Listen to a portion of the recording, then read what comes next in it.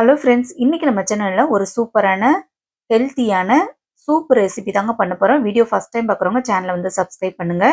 இன்னைக்கு அரைக்கீரை வாங்கியிருந்தேங்க. அரைக்கீரையை வந்து மசியல் பண்ணிட்டு அதை தண்டு எடுத்து வச்சிருந்தோம்.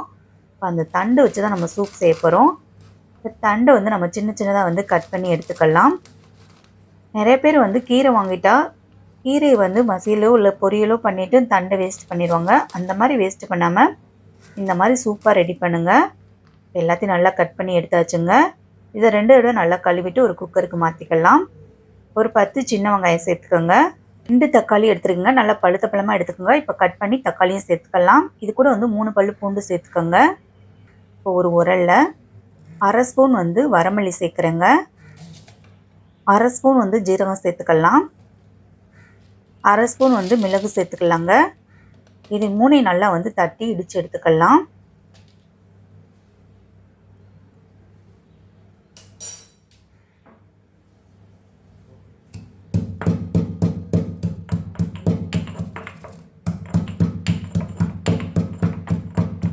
இடிச்சது வந்து நம்ம வந்து குக்கருக்கு மாற்றிக்கலாங்க.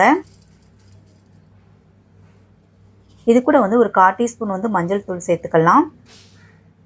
இப்போ தேவையான அளவு உப்பு சேர்த்துக்கோங்க. இன்றைக்கி வந்து ஒரு 3 பேத்துக்கு வந்து சூப்பு ரெடி பண்ணுறேங்க. அதனால் வந்து 3 டம்ளர் தண்ணி சேர்க்குறேன். இப்போ குக்கருக்கு மூடி போட்டு ஒரு 5 விசில் விட்டு எடுத்துக்கலாங்க.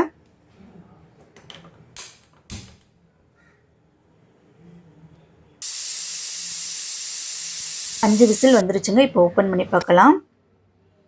கீரை தண்டு வந்து நல்லா வெந்திருக்குங்க. கையில் நல்லா மசிச்சு பாருங்கள், சூப்பராக வெந்திருக்கு.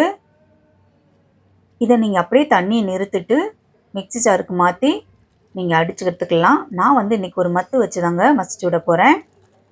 இப்போ தண்ணியெல்லாம் நல்லா நிறுத்தாச்சு. ஒரு மத்து வச்சு நல்லா மசிச்சு விட்டுக்கலாங்க. கீரை தண்டு நல்லா வெந்திருக்குங்க. அதனால் நல்லா மசிஞ்சிருச்சு. நம்ம சேர்த்து தக்காளி, வெங்காயம், பூண்டு எல்லாமே நல்லா மசிஞ்சிருக்குங்க.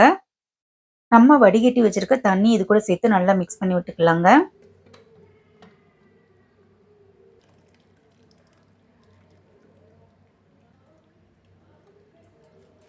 மிக்ஸ் பண்ணி விட்ட பின்னாடி மறுபடியும் இதை வடிகட்டிக்கலாம். பாருங்கள், சூப்பராக வடிகட்டியாச்சு.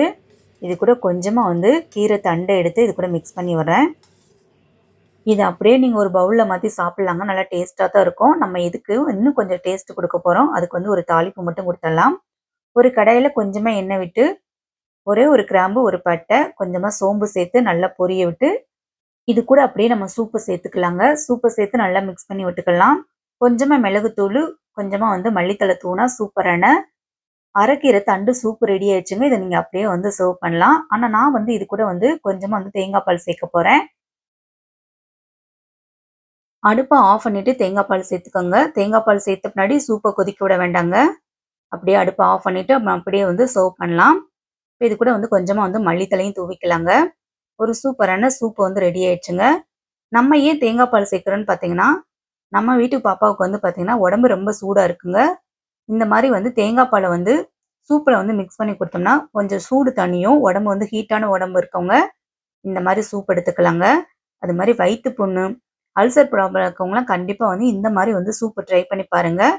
கீரை வாங்கினீங்கன்னா இந்த கீரைன்னு இல்லைங்க, அரைக்கீரைன்னு இல்லை, எந்த கீரை வாங்கினாவும் அதோட தண்டை வந்து வேஸ்ட் பண்ணாமல் இதே மாதிரி சூப்பு செஞ்சு சாப்பிட்டு பாருங்கள். உடம்புக்கு ரொம்ப நல்லதுங்க. இதே மாதிரி ட்ரை பண்ணி பார்த்துட்டு எனக்கு கமெண்ட் பாக்ஸில் சொல்லுங்கள். வீடியோ பிடிச்சிருந்தா லைக் பண்ணுங்கள். தேங்க்ஸ் ஃபார் வாட்சிங்.